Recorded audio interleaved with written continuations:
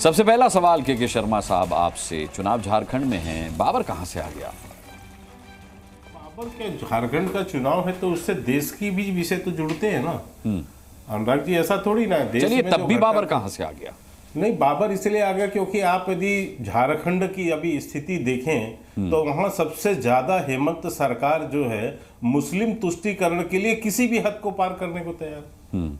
वहां पर जिस ढंग का जो सीमावर्ती क्षेत्रों पर और खास करके आदिवासियों का जो कन्वर्जन हुआ है मुस्लिमों के उसमें, वो भी तलवार और डर के बल पे कराया गया। और इसमें जो इनकी सरकार है वहां पर कांग्रेस की अलायंस की जो सरकार है जेएमएम के साथ, वो आंख बंद करके बैठी रही। आपने वहां कितने घटनाक्रम देखे कि किस तरह से हिंदू जो लड़कियों को डरा डरा के आदिवासी लड़कियों के साथ जो उनको विवाह करके उनका धर्म बदला गया। आप जानते हो वहां पर जो आदिवासी गांव हैं, आदिवासी गांवों के बगल में जो मुस्लिम से शादी कर लेता है उसकी एक अलग गांव बसाते हैं और ऐसे गांवों की संख्या सैकड़ों में है। वहां पर जो अवैध बांग्लादेशी मुस्लिम वहां पर आकर बसे और उनने वहां के आदिवासी ट्राइबलों को डराकर उनकी बेटियों से विवाह करके अब वहां की संपत्तियों को हड़प रहे हैं। ये आदिवासियों की संपत्ति है और पूरी सरकार वहां राज्य सरकार मौन बैठी हुई। तो ये स्वाभाविक है कि उनके जो तुष्टीकरण के जो आपकी नीति है उसके विरुद्ध तो बोलना ही होगा ना। क्या करें, आदिवासियों को कन्वर्ट हो जाने दें। नहीं तो बाबर ही मिला था पर ये सारी चीजें चल रही है। दूसरी बात मैं ये भी कहना चाहता हूं साथ साथ कि क्या सोच है। मंदिर का भी जिक्र आया। अभी 1 महीना पहले राहुल गांधी बयान देते हैं कि जो मंदिर का प्राण प्रतिष्ठा हुआ वो तो नाच गाना हो रहा था वहां पर। कितना अपमान करना चाहते हैं आप हिंदुओं का। कितना भगवान राम का विरोध तो आपने शुरू से किया, मंदिर का विरोध तो आपने शुरू से किया। भगवान राम पे तो एफिडेविट दायर कर दिया आपने कि उनका कोई अस्तित्व ही नहीं है। फिर आपने हिंदुओं को आतंकी बता दिया, भगवा आतंकवाद बताया। शिंदे जी अभी 4 दिन पहले ही महाराष्ट्र में जो है इस पर अपना वापस लेके शर्मिंदगी महसूस किए हैं कि ये बोलना गलत। तो राहुल गांधी ने जब इतना कुछ कर दिया था तो फिर हेमंत बिस्वा शर्मा को बाबर की एंट्री कराने की जरूरत ही क्या थी? इसीलिए बाबर का जिक्र आता है क्योंकि राम मंदिर पर जब चर्चा आएगी तो बाबर का भी जिक्र आएगा।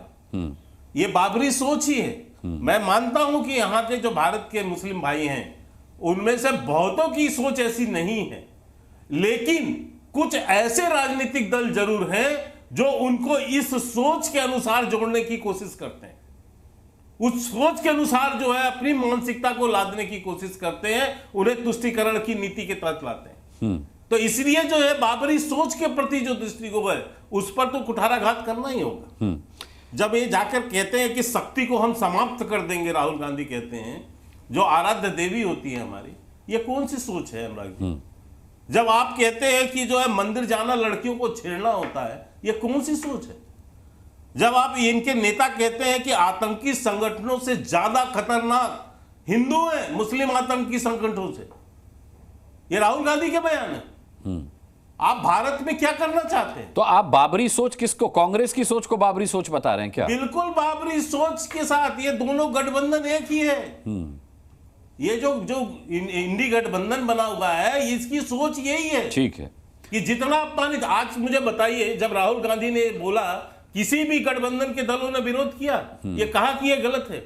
जब सदन के अंदर भगवान शिव का सरेआम वो अपमान कर रहे थे, ये कहते हुए हिंदुओं की आस्था को चोट पहुंचा रहे थे, ये पीछे त्रिशूल गाड़ दिया, ये गाड़ दिया, इस तरह की जब बातें कर रहे थे, ठीक है, मैं जवाब आवाज उठाई उनके विरुद्ध में। मैं आपके सवाल पर जवाब ले लेता हूं। आलोक शर्मा जी, 140 करोड़ भारतीय हिंदुओं के आप जो है उनकी आस्था पर चोट तो मत कीजिए। ठीक है आलोक शर्मा जी, कांग्रेस की सोच को बाबरी सोच बता रहे हैं के शर्मा।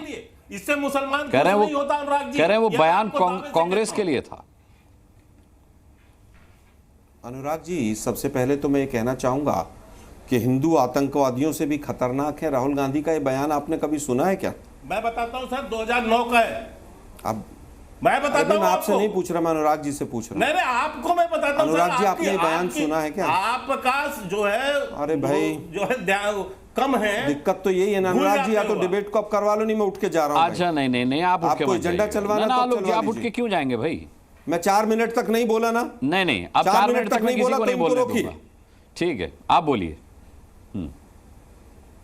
मेरा पहला सवाल आप ही से, क्या ऐसा बयान आपने सुना है कि राहुल गांधी जी ने कहा है कि हिंदू आतंकियों से भी खतरनाक है? मुझे लग रहा है आप हाँ या एंकर है ना और मैं बता दीजिए। पैनल में बैठा हुआ हूं, मैं पैनलिस्ट हूं।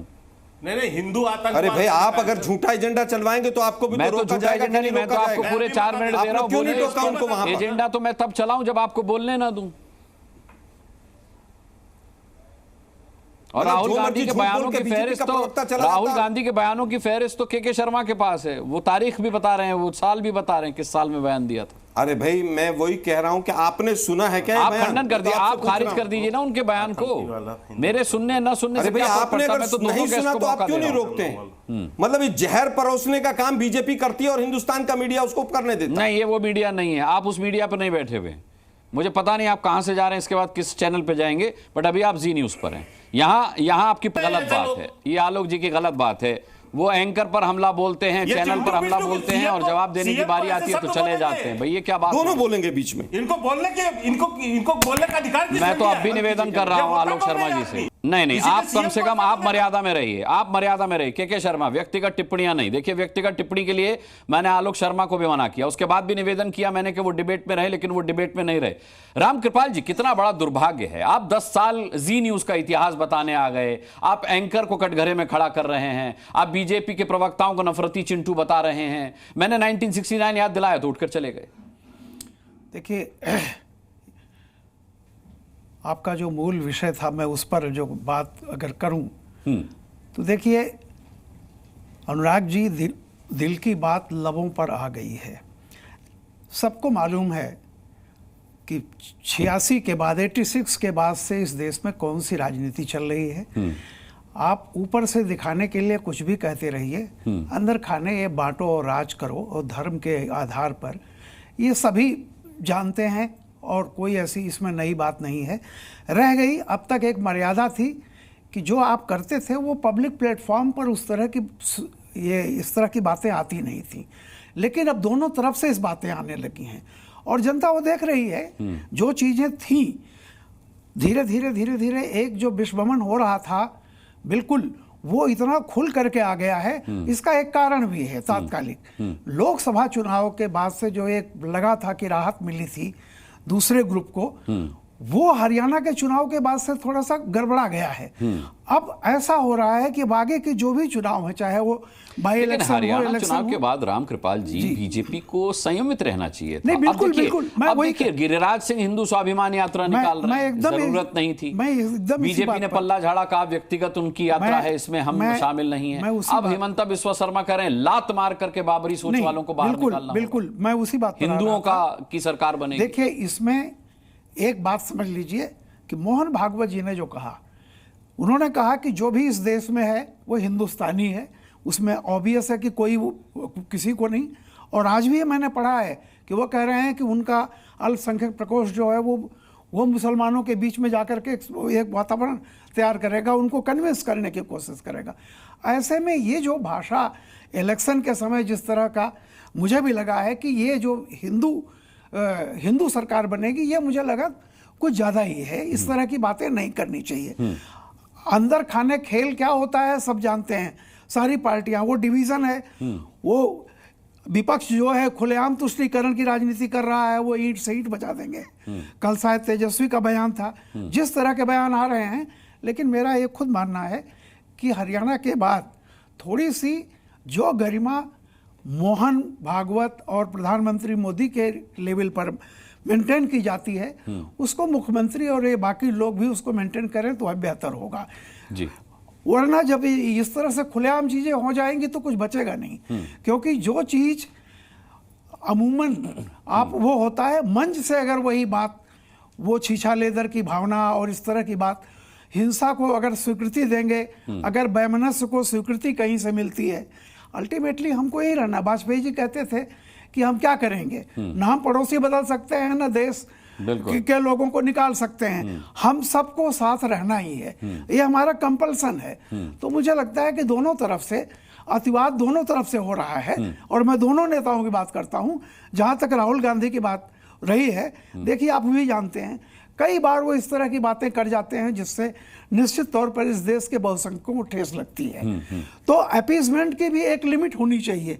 ऐसा ना हो कि आप दूसरे तो बहुसंख्यक अपनी नाराजगी वोट में दिखा तो रहा है, हाँ, वोट नहीं, पार में दिखा तो रहा है। बिल्कुल बिल्कुल। लेकिन मेरा यही कहना है कि देखिए, अब जो स्थिति है ना, लोगों को लग रहा है कि जो हमारे पास है उसको कुछ ज्यादा ढंग से सहेजो, और उस सहेजने के चक्कर में ये जो बातें हो रही हैं, अब योगी जी ने जैसे कहा कि बटोगे तो कटोगे, लेकिन कहीं भी उन्होंने ये नहीं कहा, मतलब कि हिंदू या मुसलमान की बात नहीं की।